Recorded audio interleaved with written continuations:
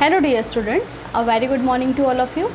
Dear children, today we will see that what type of properties an ionic compound have. Okay, so basically today we will discuss the properties of ionic compounds. So let's get started. Properties of ionic compounds. So the first property which we are going to discuss is physical state.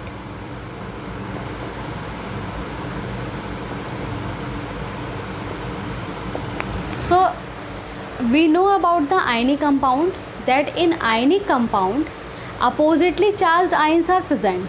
Okay, like this in NaCl, Na positive and Cl negative. So because of these oppositely charged ions, a very strong electrostatic force of attraction exists between them. Okay, like this.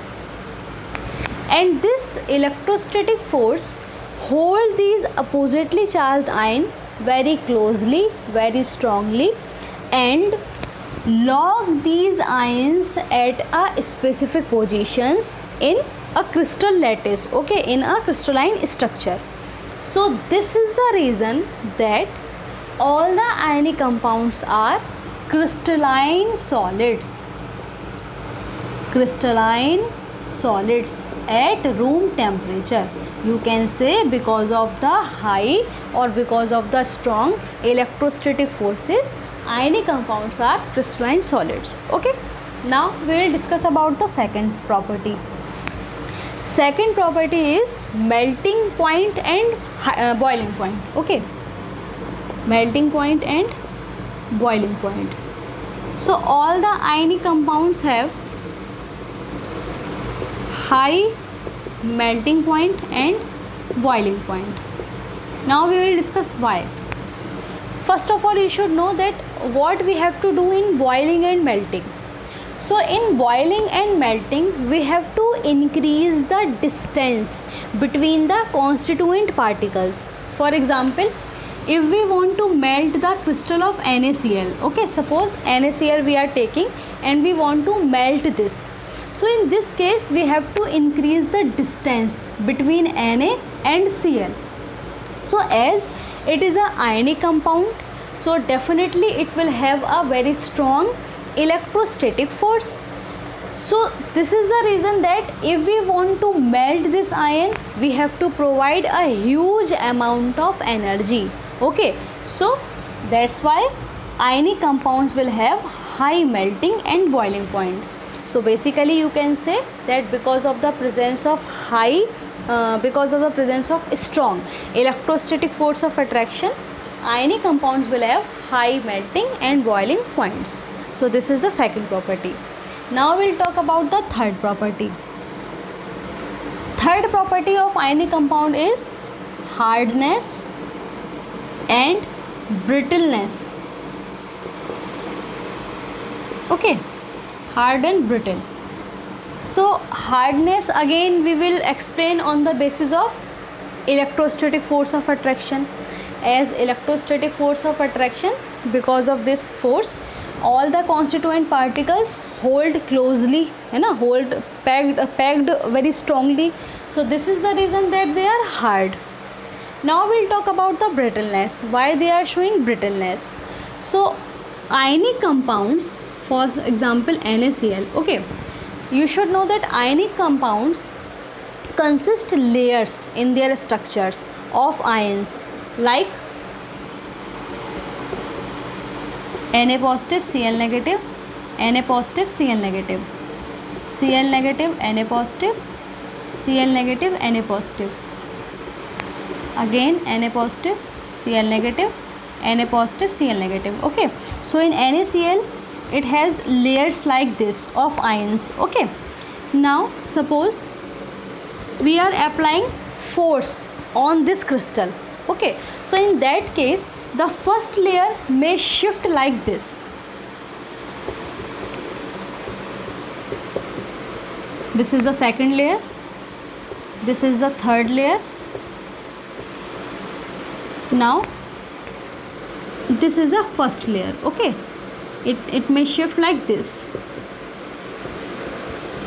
So as you can see here that in this case the ions having similar charge may come in front with each other. Okay, so in this case they will repel each other, and because of this repulsion the ionic compound gets cleaved. So this is the reason that when we apply force on the ionic compound they will show brittleness. Okay, so they are hard and brittle in nature. Next is fourth point, which is solubility.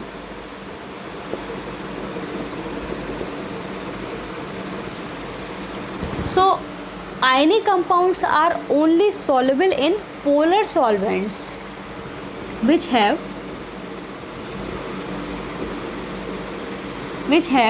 a high value of dielectric constant.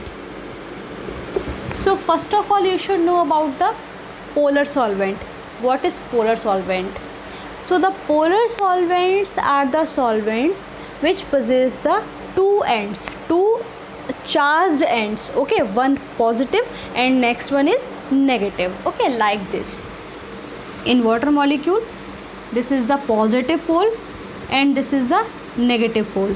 Okay, so in this case we are having positive and negative pole, that's why this is a polar solvent. Okay, here I have shown the poles only, not valency. Okay, so that's why I have put only one minus. Okay, so this is positive pole and this is negative pole, so that's why H2O is a polar solvent. Now what is dielectric constant? So dielectric constant is basically a capacity of solvent to weaken the electrostatic force. So obviously if a solvent has a high dielectric constant, so it means that it will have the high capacity to break the electrostatic forces. Okay, so as if we talk about the water, it has the dielectric constant around 80, means it is a very good solvent for ionic compounds.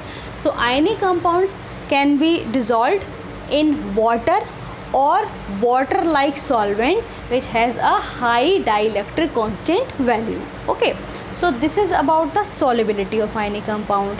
Now next point, next property is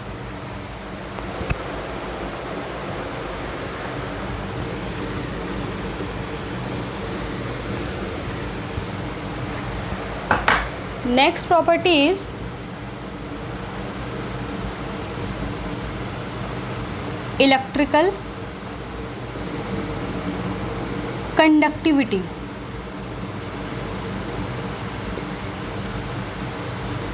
So what is the requirement for conduction of electricity? So for the conduction of electricity we have to require what? Free ions. Okay, so in ionic compounds, as we know that in solid state all the ions are in combined state. Okay, they cannot move in the solid state. So obviously in solid state ionic compounds cannot conduct electricity. Okay, means in solid state they will not show the conduction of electricity because all the constituent particles packed together very strongly. Okay, but if you take molten or fused state, so in this state ions are at a considerable distance with one another. So in this case they can move from their respective positions, so obviously they can conduct the electricity. Okay, so in solid state they can't conduct electricity, but in molten or fused state they are a very good conductor of electricity as they are having free ions in it. Okay, so this is about the electrical conduction. Now next, ionic reactions. if you take two ionic compounds, okay, like Na2SO4 plus BaCl2 for example, okay, so the reaction between two ionic compounds involves the interaction of ions, okay, like in this case Ba will interact with sulfate ion and sodium will interact with chloride ion and form BaSO4 plus 2 NaCl, okay. So as ionic compound, the reaction of ionic compounds involves the interaction of ions, so that's why these type of reactions are known as ionic reactions, okay. And one more thing, as we know that oppositely charged ions are combined together very frequently, very quickly, okay. So this is the reason that the rate of ionic reaction is very high, okay. So the reaction of ionic the rate of ionic reaction is very high. And what is ionic reaction? The reaction in which interaction of ions takes place, okay, are known as ionic reaction. Now we'll talk about the next property of ionic compound, which is non-directional nature.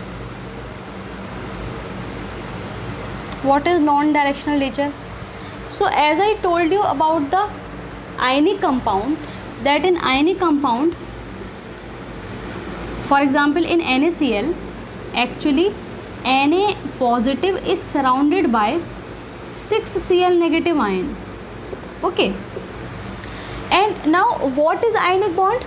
Ionic bond is nothing but a electrostatic force between two oppositely charged ions, okay. So as you can see here, that here electrostatic force is distributed all over around the cation, okay. It is not present only in a particular direction, okay. So since it is not distributed in a particular direction but present in all the directions, so that's why we can say that in ionic compounds we will not get a particular direction, means ionic bonds are non-directional in nature, okay.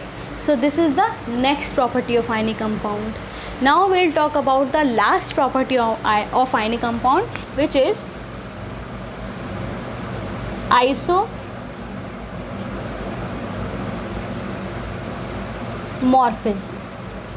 Now what is the isomorphism?